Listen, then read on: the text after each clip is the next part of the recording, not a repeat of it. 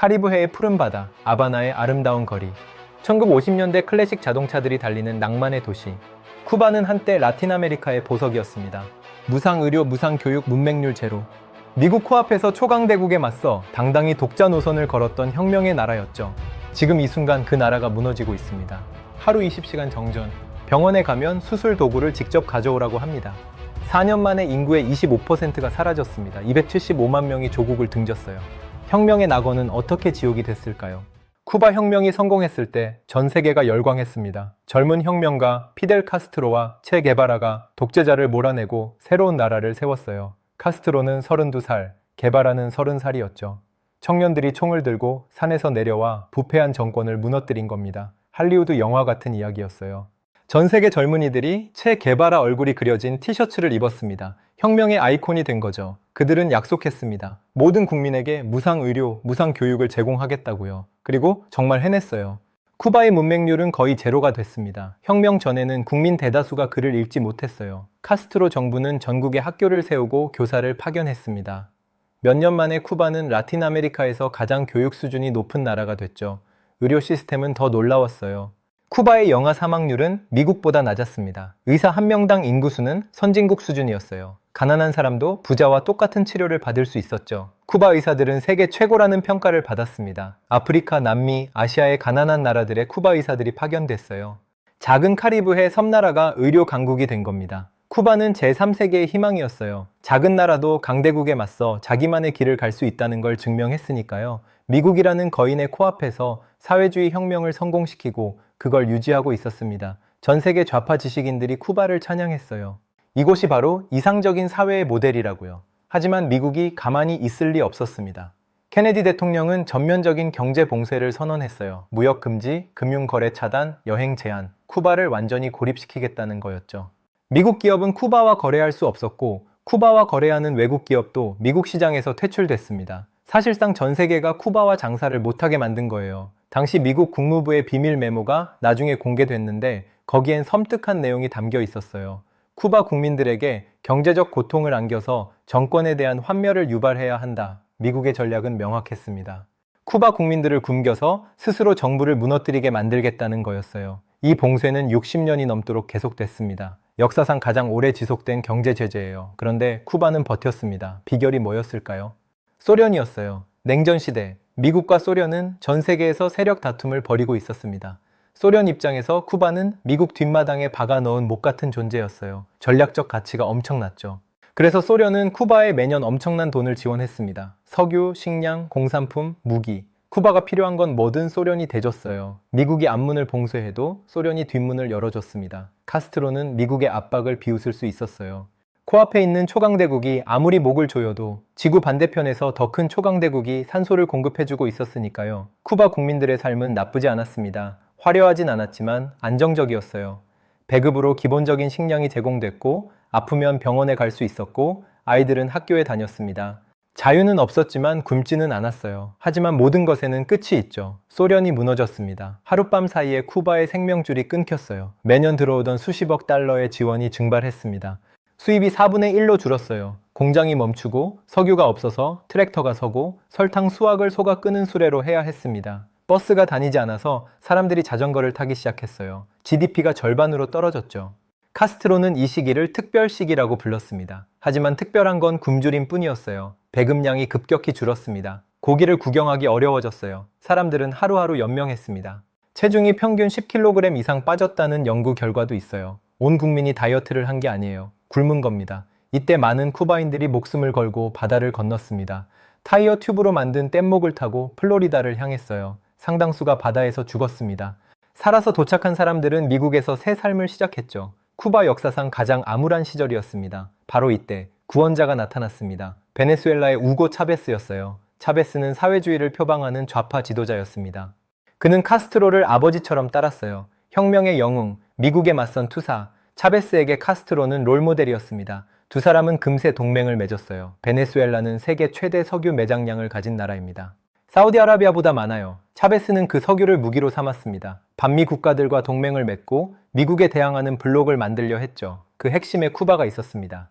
차베스는 쿠바에 하루 9만 배럴의 석유를 거의 공짜로 보내기 시작했어요.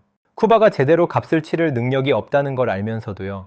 대신 쿠바는 의사와 교사를 베네수엘라에 파견했습니다. 베네수엘라 빈민가에서 쿠바 의사들이 진료를 하고 쿠바 교사들이 문맹 퇴치 운동을 벌였어요. 소련이 무너진 뒤 사막을 헤매던 쿠바에게 베네수엘라 석유는 오아시스 같았습니다. 다시 숨을 쉴 수 있게 된 거예요. 두 나라의 관계는 시간이 갈수록 깊어졌습니다. 베네수엘라에서 쿠데타가 일어났을 때 차베스가 이틀간 축출됐어요. 그때 카스트로가 결정적인 도움을 줬습니다. 정보 지원, 외교적 압박, 쿠데타 세력에 대한 국제적 비난 조직.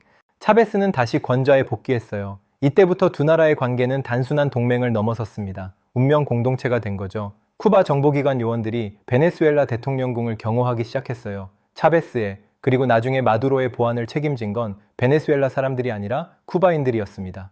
마치 경찰서 강력반장이 알고 보니 외국 정보기관 요원이었던 것과 같은 상황이죠. 쿠바는 베네수엘라 덕분에 다시 안정을 찾았습니다. 배급이 정상화되고 전기가 들어오고 병원이 돌아갔어요. 물론 화려하진 않았지만 특별 시기의 악몽에서는 벗어났습니다. 하지만 이 나라에는 치명적인 문제가 있었어요. 아무도 말하지 않는 진실이었습니다. 혁명의 영웅 피델 카스트로는 독재자이기도 했어요. 쿠바에서는 공산당 외의 정당이 금지됐습니다. 선거가 있긴 했지만 형식에 불과했어요. 후보는 당기 정하고 국민은 찬성 아니면 기권만 할 수 있었죠. 반대표를 던지면 눈에 띄었습니다. 그리고 눈에 띄면 좋을 게 없었어요. 언론은 완전히 통제됐습니다. 신문, 라디오, 텔레비전 모두 정부 소유였어요. 외국 방송은 차단됐고 인터넷은 극도로 제한됐습니다. 정부가 허락하는 정보만 국민에게 도달했어요. 북한과 비슷했다고 하면 과장일까요? 정도의 차이는 있었지만 본질은 같았습니다. 반체제 인사들은 감옥에 갔어요. 정부를 비판하는 글을 쓰거나 시위를 조직하거나 외국 기자와 인터뷰를 하면 체포됐습니다. 국제 엠네스티에 따르면 수천 명의 정치범이 쿠바 감옥에 수감됐어요. 고문 의혹도 끊이지 않았습니다. 비밀 경찰이 모든 곳에 있었어요. 이웃이 이웃을 감시했습니다. 혁명수호위원회라는 조직이 동네마다 있어서 주민들의 동향을 당해 보고했죠. 누가 외국인을 만났는지, 누가 정부에 불만을 표시했는지, 누가 외국 라디오를 듣는지 모든 게 기록됐어요. 무상의료, 무상교육, 그건 사실이었습니다. 하지만 자유는 없었어요. 여행의 자유도 없었습니다.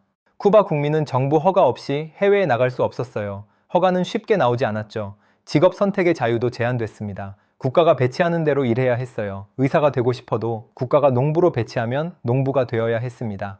카스트로는 이렇게 말했죠. 혁명 안에서는 모든 것이 허용된다. 혁명 밖에서는 아무것도 허용되지 않는다. 문제는 혁명의 정의를 카스트로 혼자 내렸다는 겁니다. 그가 혁명적이라고 하면 혁명적인 거고 반혁명적이라고 하면 반혁명적인 거였어요. 기준은 오직 카스트로의 머릿속에만 있었습니다. 피델 카스트로가 병으로 쓰러지고 동생 라울 카스트로가 권력을 이어받았어요. 피델이 세상을 떠난 뒤에는 미겔 디아스카넬이 새 대통령이 됐습니다. 카스트로 형제가 아닌 사람이 쿠바를 이끄는 건 수십 년 만에 처음이었어요. 개혁의 기대가 있었습니다. 젊은 지도자가 나라를 바꿀 거라고요. 하지만 아무것도 변하지 않았어요. 공산당은 여전히 유일 정당이었고 언론은 여전히 통제됐으며 반체제 인사들은 여전히 감옥에 갔습니다. 새 지도자는 있었지만 새 정책은 없었어요. 디아스카넬은 카스트로의 후계자였지 개혁가가 아니었습니다. 그리고 재앙이 찾아왔어요. 코로나19가 전 세계를 덮쳤습니다. 쿠바 경제의 대부분을 차지하던 관광업이 완전히 멈췄어요. 연간 400만 명이 방문하던 관광객이 사라졌습니다. 텅 빈 호텔, 텅 빈 해변, 텅 빈 식당. 외화 수입이 급감했죠. 쿠바는 자체 코로나 백신을 개발할 정도로 의료기술이 뛰어났어요. 하지만 그 기술을 활용할 돈이 없었습니다. 설상가상으로 베네수엘라도 경제 위기에 빠졌어요. 차베스가 죽고 마두로가 집권했는데 그의 경제 정책은 재앙이었습니다. 베네수엘라 경제가 무너지면서 쿠바에 보내는 석유도 줄어들기 시작했어요. 한때 하루 9만 배럴이던 게 3만 5천 배럴까지 떨어졌습니다. 쿠바의 두 번째 생명줄도 가늘어지고 있었던 거죠. 쿠바 국민들의 삶은 급격히 무너졌습니다. 정부가 배급하던 쌀과 콩은 한 달치가 열흘도 못 갔어요. 예전에는 그래도 기본적인 건 배급으로 해결됐는데 이제는 배급 카드 자체가 쓸모 없어졌습니다. 상점에 물건이 없으니까요. 빈 진열대만 늘어서 있었어요. 휘발유를 넣으려면 앱으로 예약해야 하는데 3주를 기다려도 순번이 안 와요. 어떤 사람은 3개월 전에 예약했는데 아직도 5,000번째 대기 중이라고 했습니다. 차가 있어도 기름이 없어서 못 몰아요. 약은 더 구하기 어려웠습니다. 해외에 친척이 있는 사람들은 약을 붙여달라고 부탁했어요. 없는 사람들은 그냥 아팠습니다. 항생제, 진통제, 혈압약 같은 기본적인 약들이 사라졌어요. 약국에 가도 텅 비어 있었죠. 그리고 전기가 나갔습니다. 쿠바의 발전소들은 대부분 소련 시절에 지어진 거예요. 낡고 노후했죠. 제대로 정비하려면 부품이 필요한데 미국 제재 때문에 부품 수입이 어려웠습니다. 기름도 부족했어요. 발전소가 하나둘 멈추기 시작했습니다. 주요 발전소가 고장나면서 전국이 암흑에 빠졌어요. 나흘간 전기가 완전히 끊겼습니다. 복구됐다 싶으면 또 나가고 또 복구되고 또 나갔어요. 전국적인 정전이 반복됐습니다. 지금 쿠바인들은 하루에 14시간, 15시간 정전을 겪어요. 수도 아바나는 그나마 나은 편입니다. 아바나 바깥 지방에서는 하루 20시간 넘게 전기가 없어요. 쿠바 제2의 도시에서는 하루에 겨우 2~3시간만 불이 들어옵니다. 전기가 없으면 뭐가 문제일까요? 냉장고가 멈춥니다. 열대 기후에서 냉장고 없이 음식을 보관할 수 없어요. 음식이 썩습니다. 그나마 있는 음식도 먹을 수 없게 되는 거죠. 병원 장비가 작동하지 않으니 수술을 못해요. 인공호흡기가 멈추면 환자가 죽습니다. 공장이 멈추고 생산이 중단돼요. 쓰레기차가 안 다닙니다. 거리에 쓰레기가 쌓여요. 악취가 진동하고 모기가 들끓습니다. 댕기열과 지카 바이러스가 퍼져요. 더러운 물을 마시면서 콜레라 같은 병도 다시 나타나기 시작했습니다. 아바나에 사는 한 여성은 이렇게 말했어요. 하루에 14시간, 15시간 정전이에요. 음식이 상할까봐 무서워요. 가장 힘든 게 음식 문제예요. 우리가 어떻게 살아남을지 모르겠어요. 우리는 인간 로봇 같아요. 휴머노이드요. 참다 못한 사람들이 거리로 나왔습니다. 수천 명이 전국에서 동시에 시위를 벌였어요. 혁명 이후 최대 규모의 반정부 시위였습니다. 소셜미디어를 통해 약속한 것도 아니었어요. 사람들이 자발적으로 쏟아져 나온 겁니다. 자유를 원한다. 우리는 굶주리고 있다. 독재 타도. 사람들이 외쳤죠. 처음에는 정부도 당황했습니다. 이런 규모의 시위는 전례가 없었으니까요. 하지만 당황은 오래가지 않았어요. 정부의 대응은 잔인했습니다. 인터넷을 완전히 차단했어요. 시위 영상이 퍼지는 걸 막으려고요. 경찰과 군인들이 시위대를 무력으로 진압했습니다. 곤봉으로 때리고 최루탄을 쏘고 닥치는 대로 체포했어요. 수백 명이 끌려갔습니다. 체포된 사람들 중 일부는 반란죄로 기소됐어요. 반란죄의 최고 형량은 30년입니다. 시위에 참가했다는 이유로 인생의 대부분을 감옥에서 보내야 하는 거예요. 국제인권단체들은 조직적인 인권 침해라고 규정했습니다. 고문 의혹도 제기됐어요. 시위는 진압됐습니다. 하지만 사람들의 마음은 이미 떠나 있었어요. 그때부터 대탈출이 시작됐습니다. 쿠바인들이 떠나기 시작했어요. 처음에는 조금씩, 그 다음에는 물결처럼, 마지막에는 홍수처럼 4년 만에 275만 명이 쿠바를 떠났습니다. 인구의 25%예요. 4명 중 1명이 사라진 겁니다. 어떤 사람들은 보트를 타고 바다를 건넜어요. 플로리다까지는 불과 150km밖에 안 되거든요. 하지만 그 짧은 거리에서 수많은 사람들이 죽었습니다. 상어에게 물리거나 탈수로 죽거나 보트가 뒤집히거나 더 많은 사람들은 육로를 택했어요. 비행기를 타고 러시아나 니카라과로 간 다음 거기서부터 육로로 미국 국경까지 이동하는 거예요. 수천 킬로미터를 걸어서요. 중미의 정글을 지나고 마약 카르텔의 영역을 통과하고 국경 경비대를 피해서 죽을 수도 있는 여정이에요. 그래도 떠났습니다. 떠나는 사람 대부분이 젊은이들이에요. 의사, 엔지니어, 교사들이 조국을 등지고 있습니다. 쿠바가 수십 년에 걸쳐 키워낸 인재들이 빠져나가고 있는 거예요. 한 경제학자는 이렇게 말했습니다. 엔지니어 한 명이 떠나면 22년간의 투자가 사라지는 겁니다. 회복이 불가능해요. 떠나는 사람들의 77%가 개인 탈출이었어요. 가족 단위가 아니라 혼자 떠난 겁니다. 가족을 두고 혼자 떠날 만큼 절박했다는 뜻이에요. 대부분이 15세에서 59세 사이의 젊은이들이었습니다. 쿠바의 미래가 빠져나가고 있는 거죠. 기계공학을 전공한 23살 청년의 이야기를 들어보세요.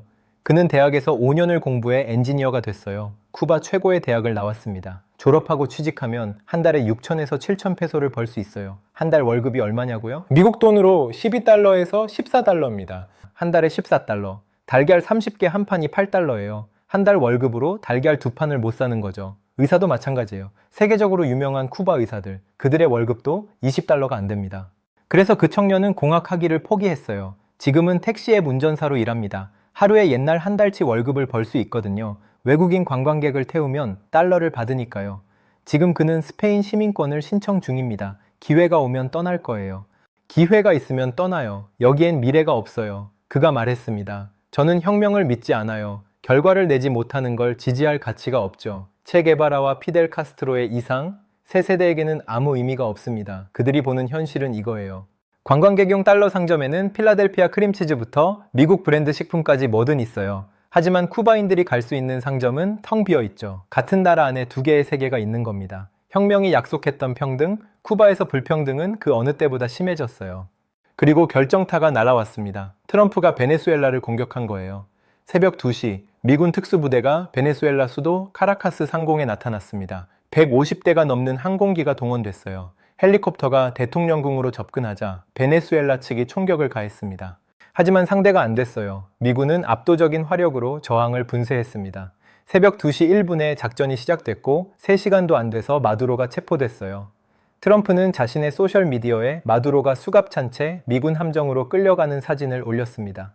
13년간의 독재가 3시간 만에 끝난 거예요. 그 과정에서 쿠바 정보요원 32명이 목숨을 잃었습니다. 베네수엘라 대통령을 경호하던 쿠바인들이에요. 미군 사망자는 단 한 명도 없었죠. 20년 넘게 쿠바를 살려온 생명줄이 단칼에 끊긴 겁니다. 트럼프는 곧바로 쿠바를 겨냥했어요. 베네수엘라에서 쿠바로 가던 석유를 완전히 차단했습니다. 하루 3만 배럴 이상의 원유 공급이 막혔어요. 미국은 그 석유를 베네수엘라에서 직접 미국으로 가져가는 협상을 진행 중입니다. 트럼프는 말했죠. 쿠바는 붕괴 직전이다. 버틸 수 있을지 모르겠다. 그들에게 수입을 줄 나라가 이제 없다. 모든 수입을 베네수엘라에 의존하고 있었는데 베네수엘라의 석유와 돈이 더 이상 쿠바로 흘러가지 않을 것이다. 그는 쿠바에 군사작전을 할 필요가 없다고 했어요. 알아서 무너질 테니까요. 지금 쿠바는 하루 4시간만 전기가 들어옵니다. 청소차가 멈춰서 거리에 악취가 진동해요. 음식은 있어도 너무 비싸서 못 삽니다. 민간 상점에는 물건이 있어요. 하지만 가격이 미쳤죠. 연금 생활자의 한 달 연금이 3,000페소, 7달러도 안 되는데 달걀 한 판이 8달러예요. 한 경제학자는 이렇게 말했습니다. 음식은 있어요. 많이 있어요. 하지만 가격이 말도 안 돼요. 월급 받는 사람은 의사라 해도 그런 상점에서 거의 아무것도 못 사요. 한때 세계가 부러워했던 의료 시스템은 무너졌어요. 병원에 가면 주사기를, 카테터를, 심지어 수술 도구까지 직접 가져오라고 합니다. 의사들은 여전히 실력이 있어요. 하지만 그들이 쓸 장비가 없는 겁니다. 아바나에서 아이를 낳은 한 부부의 이야기예요. 아내가 제왕절개 수술을 받아야 했는데 병원에서 이렇게 말했습니다. 카테터를 직접 가져오세요. 그 남편은 이렇게 말했어요. 모두가 우리 의료 시스템이 얼마나 훌륭한지, 무료인지 이야기하죠. 역사적으로는 그랬어요. 우리 의사들은 인류입니다. 하지만 그들에게 일할 자원이 없어요. 쿠바 정부는 여전히 미국의 봉쇄 탓이라고 말합니다. 틀린 말은 아니에요. 60년 넘는 제재가 쿠바 경제를 옥죄어 온 건 사실이죠.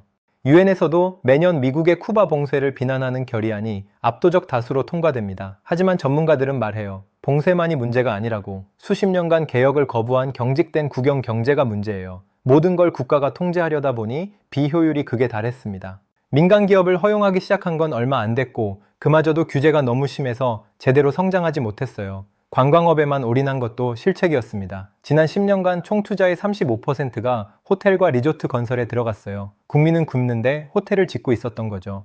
정작 농업, 에너지, 제조업에 대한 투자는 무시됐습니다. 쿠바의 15개 주요 산업 중 11개가 쇠퇴하고 있어요. 설탕 산업은 5년 만에 68% 감소했습니다. 한때 쿠바의 상징이었던 설탕이요. 수산업, 농업, 제조업 모두 반토막이 났어요. 미국 탓만 할 수 없는 자충수들이 쌓이고 쌓여서 지금의 붕괴를 만든 겁니다. 지금 쿠바 인구의 4분의 1이 60세 이상이에요. 젊은이들은 떠나고 노인들만 남았습니다. 출생률은 50년 가까이 인구 대체 수준 아래예요. 아이를 낳으면 굶어 죽을까봐 출산을 포기하는 사람들이 늘고 있거든요. 한 인구학자는 이렇게 표현했습니다. 가난의 멜서스주의예요. 가족들이 굶지 않으려고 아이를 안 낳는 겁니다. 쿠바가 텅 비어가고 있어요. 올드 아바나 거리를 걸으면 한때 라틴 아메리카 식민지 건축의 보석이라 불렸던 건물들이 무너져 내리고 있습니다.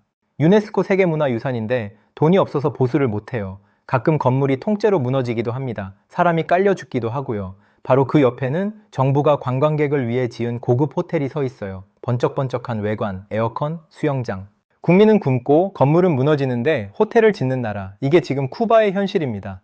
1950년대 클래식 자동차들은 아직 아바나 거리를 달려요. 관광 상품이 됐거든요. 외국인들은 그 차를 타고 사진을 찍으며 낭만적이라고 해요. 하지만 쿠바인들에게 그 차는 낭만이 아니에요. 새 차를 살 돈이 없어서 70년 된 차를 계속 고쳐 타는 거예요. 그리고 이제 그 클래식 자동차 옆으로 벤츠와 BMW가 지나갑니다. 정부가 허가한 소수의 사업가들 차예요. 그들은 달러를 벌고 좋은 집에 살고 해외여행을 다녀요. 나머지 국민들은 하루하루 연명하면서 그걸 지켜봅니다. 혁명이 약속했던 평등한 사회, 쿠바에서 불평등은 그 어느 때보다 심해졌어요. 쿠바가 정말 무너질까요? 아무도 모릅니다. 이 나라는 60년 넘게 미국의 압박을 버텨왔어요. 소련이 무너졌을 때도 살아남았죠. 쿠바 정부의 사회 통제 시스템은 여전히 강력합니다. 비밀 경찰은 건재하고 인터넷은 감시되고 있어요. 반체제 인사들은 감옥에 가거나 망명을 떠납니다. 저항할 힘이 남은 사람이 거의 없어요. 저항할 만한 젊은이들은 대부분 떠났거든요. 남은 사람들은 너무 지쳐 있습니다. 한 반체제 인사는 이렇게 말했어요. 쿠바 사람들은 희망을 잃었습니다. 희망이 없으면 살려는 의지도, 뭔가를 하려는 의지도, 심지어 반항하려는 의지도 사라져요. 혁명을 믿고 남은 사람들도 있어요. 아직도 사회주의를 지지하고 미국의 봉쇄가 풀리면 나아질 거라고 믿는 사람들이요. 그들은 체제 안에서의 개혁을 원합니다. 하지만 점점 더 많은 쿠바인들이 같은 결론에 도달하고 있어요. 마이애미에 사는 한 쿠바 망명자의 말입니다. 쿠바로 돌아가느니 차라리 미국 이민국에 잡혀서 어디든 추방당하는 게 나아요. 진심으로 하는 말이에요. 죽어도 쿠바로는 안 돌아갑니다. 카리브해의 푸른 바다는 여전히 아름답습니다. 아바나의 거리에는 아직 클래식 자동차가 달려요. 혁명 광장에는 체게바라의 거대한 초상화가 걸려 있죠. 하지만 그 낭만적인 풍경 뒤에서 한 나라가 천천히 무너지고 있습니다. 피델 카스트로가 꿈꿨던 혁명의 낙원, 67년이 지난 지금 그 낙원은 하루 4시간만 불이 들어오는 감옥이 됐어요. 쿠바의 내일은 어떻게 될까요? 어쩌면 정권이 무너질 수도 있어요. 어쩌면 또다시 버틸 수도 있죠. 어쩌면 중국이나 러시아가 손을 내밀지도 모릅니다. 아무도 몰라요. 하지만 한 가지는 확실합니다. 지금 이 순간에도 누군가는 이 섬을 떠날 방법을 찾고 있어요. 그리고 떠날 수 있는 사람은 모두 떠나고 있습니다. 혁명의 나라 쿠바, 그 혁명이 남긴 건 텅 빈 거리와 꺼진 불빛뿐이에요. 다시 처음으로 돌아가 볼까요? 카리브해의 푸른 바다, 아바나의 아름다운 거리, 낭만의 도시. 그 낭만은 이제 박물관에나 남아 있습니다. 살아있는 사람들은 떠나고 있어요.